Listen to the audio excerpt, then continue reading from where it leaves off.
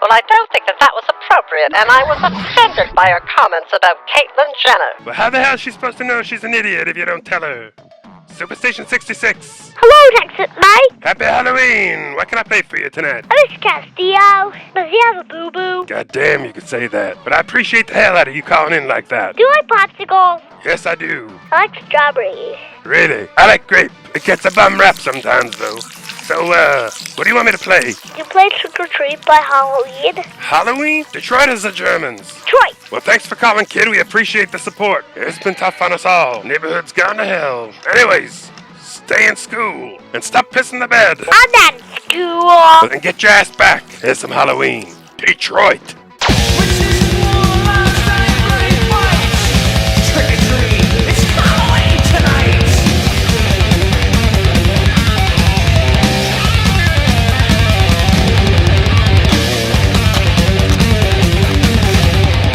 I don't know what to tell you, folks. It's a bad scene right now. Castillo is barely holding on by a thread. Fossack's been enslaved, and BBQ is MIA. He's having a hell of a time facing his demons. Literally. But we're running a business here. I've been constantly reminded of that this week. And the show must go on. So Handsome Carl and I are going to be holding down the fort. But we got a hell of a night planned. We're going to be watching Don Cascarelli's original masterpiece, Phantasm. The tall man's going to get your ass. Ooh, a Canadian shithouse classic, The Pit.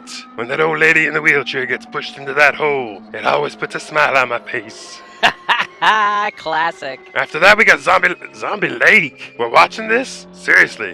Why? For the nudity. Okay, fuck it. Oh, Blood Freak. That's more of a Thanksgiving movie, but that's right around the corner for our American chums. Also, we got some choice beers to help Zombie Lake go down velvet smooth. Check this one out. Gravedigger Pumpkin Ale, 6.5. A beautiful import from Prince Edward Island, and if Susan and I weren't damned to hell for eternity, we would have loved to have visited. It really is spectacular. Lobsters, Anna Green Gables. You know that bitch isn't real? That's bullshit. We studied her in school. It's made up, man. Like Grimace and the Lone Ranger. Well, I feel like a serious asshole. Now, does PEI know? Fuck if I know, but they're making a lot of money off bullshit and lies. That's a great segue to another fine-ass beer.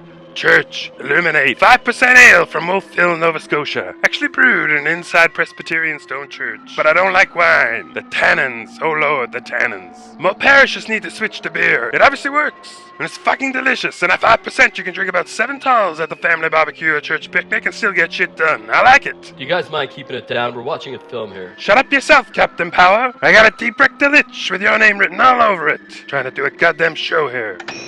Really is nerdy, but damn, this is kinda cool. Anyway, now that we're all loose and lethal, we'll be continuing the trend of Hallows Eve shows. Tonight the focus is strictly on a passion of mine. Horror movie soundtracks. Anyways, let's get to these. Prom night, 1980. Okay, out of the gate, this is straight up bullshit. Sometimes you need to do a little bit more research. And this OG Japanese hustle only has 2 songs from a band called Blue Bazaar. And aren't even in the fucking movie. It's horseshit, I tell you. Where's the Pal Zha Zha and Carl Zitra disco, man? Now, I've been looking for a reasonably priced OG copy. But because the disco's declined by 1980, the full soundtrack was only released in Japan. And let's face it, Japan, I love you. You're so much better than us. But you're perverts. I'm sorry, just straight up perverts. And what makes it even more pricier is that it's highly sought after by disco fans as well. Look at the reissue soundtrack. It sounds great, you say. And to that, I will pleasantly ask you to just walk away or face the threat of having your head shoved up your own ass, because that's where it belongs. This is not amateur hour. Anyways, I saw this and I jumped at it because it was a reasonable price. But boy, did I get bamboozled. Okay, it's a bit on the nose to break out Halloween, but I just can't leave it out here. Carpenter's work needs no introduction, and his impact on young directors, as well as the entire synthwave genre, can't be overstated. So it's kind of a cool double feature. I wanted to throw in The Thing, too, because both soundtracks are sparse and dreadful, but The Thing isn't worrisome, panicky, in that eerie 5/4 time signature that Halloween has. No, The Thing is cold, sparse, isolated, and there's a foreboding sense of doom. And also the presence of Ennio Morricone. Now, legend has it that he didn't have the opportunity to see the whole completed film, because they were still in editing, but Carpenter did his own score to fill it out too. And controversially, re-recorded Morricone's score using synths. The whole thing is confusing, but there was a little bit of discontent. Either way, to me, it's perfect. One of our most prized albums. Slumber Party Massacre. Now watching this as a child and now as an adult, those are two separate breasts and beasts. At 14, this was a run-of-the-mill slasher with lots of nudity, women in peril, mild gore, and the most hilarious soundtrack I've ever heard in my life. But as an adult, when you watch this now, and you realize that it's directed and written by women, Amy Holden Jones and Rena Mae Brown, you understand that there's a strong feminist tone throughout this thing, compared to its 1981 contemporaries, during that whole slasher box office craze from 81 to 82. And you can tell it's a spoof and social commentary at the same time. The gratuitous nudity is highly self-aware, that somehow makes you feel exposed for liking it. And the main killer's using a big drill. A drill. It's a penis for the balcony crowd. Like the film, the soundtrack is also a huge fuck you, done by the director's brother Ralph Jones, who brazenly boasts with no doubt a shit-eating grin that the entire score was done on a Casio Tone MT-30. And get this, crystal wine glasses. This is genius. If you dig music that sounds like it should be in Ghosts and Goblins, Dr. Chaos, Castlevania, you're gonna love it. Oh, let me check my privilege as I extend my pinky straight up in the air. Retour de la mort vivante. And for those of you who don't speak or understand the language of love, Dan O'Bannon's Return of the Living Dead. French press, just how I like my coffee, daddy. This did for punk what Heavy Metal the movie did for, well, moderately hard rock. This is an insanely fun fan-favorite film. Alliteration. And every punk song on this, from TSOL, The Cramps, 45 Grave, The Damned, hell, even SSQ, I went out and bought their records. This is probably one of the most quotable horror movies alongside Toxic Avenger, another fan-favorite slapstick schlockfest. Oh, and avoid the sequel like the plague. BBQ argues that the sequel soundtrack is better because of the metal and AOR vibes. But that's so fucking typical of that contrarian. We love him, he's super handsome and talented, and he has a super huge penis, I hear. But he can be a bit much sometimes. But just a very big penis. Creepers. Oh, excuse me, Europe. Phenomenon. This was a big movie for me, and an even bigger one for BBQ. I won't speak for him, but he'll talk about this later. But the fact that Iron Maiden and Motorhead were on this soundtrack is one thing. But our favorite stone of all time, Bill Wyman, with Terry Taylor, composed the main score, and that was a huge plus. I cannot recommend enough that you check out the official Wyman Creepers promo for The Valley, directed by Michael Suave. That's right, the masked guy handing out tickets and demons. And that's why you come here, folks. But we know fuck all about Anna Green Gables, so this Valley promo is fucking creepy and has just that right amount of pompousness that I adore. Also, the plot of this film, we need to talk. A young girl gets decapitated in Switzerland, and the police are at a loss, so they enlist the help of an entomologist and his sarcophagus fly, who in turn enlists the help of an American teenager in a private Swiss dance school, who just happens to have the ability to summon and control insects. Oh, Dario, you had me at sarcophagus fly.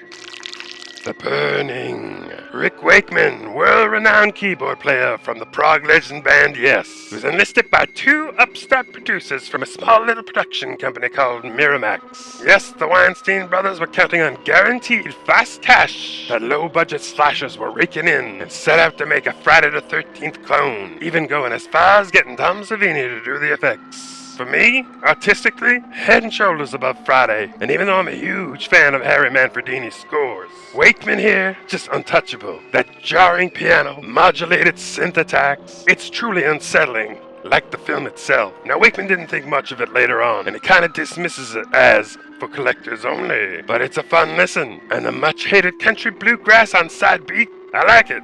But I like a lot of bullshit, so fuck me, right?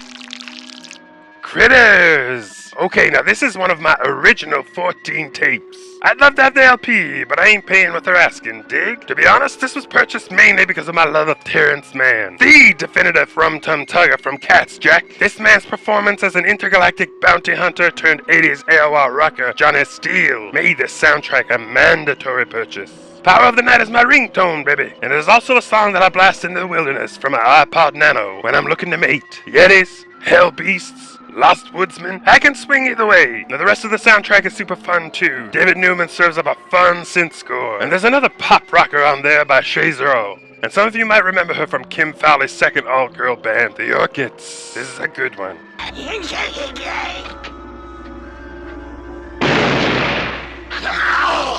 Well shit, there you go. Cue up Zombie Lake, handsome Carl. Let's get that son of a bitch out of the way. But before that, it's contest time! And in order to win, you have to do 3 things. Number 1, Write this shit down. Show 5 sleazy album covers in your collection. Castillo would have liked that. Number 2, a picture of the outside of the closest strip club in your vicinity. Now, it can be from the World Wide Web. We don't care. But show us where to go if we're to visit your town. And number 3, hold up a get well or don't die piece of art to brighten up his day. It can be a drawing on paper. It can be macaroni. It can be abstract. Maybe a sock puppet or a sexy Polaroid. We don't care, but make it with love. He needs that now. Hell yeah. Just be creative and don't be afraid to get silly with us. It's for the common good. Now why would you do this? When it's winner takes all, Jack. For one, you're gonna get not 1, but 4 hologram stickers made from Sticker App. This shit is quality. Number 2, depending on your size and what's left from the dead stock, get to pick 1 shirt. The sizes are limited. And if that don't get you, get the entire chromium dioxide collection, except for 4. That shit is impossible to find. Finally, an interview or a lunch date with any cast member of your choice. You get to shoot the shit with us and be on a future episode, peddling your own wares. And if you don't want any of this shit, sell it. You'll make money.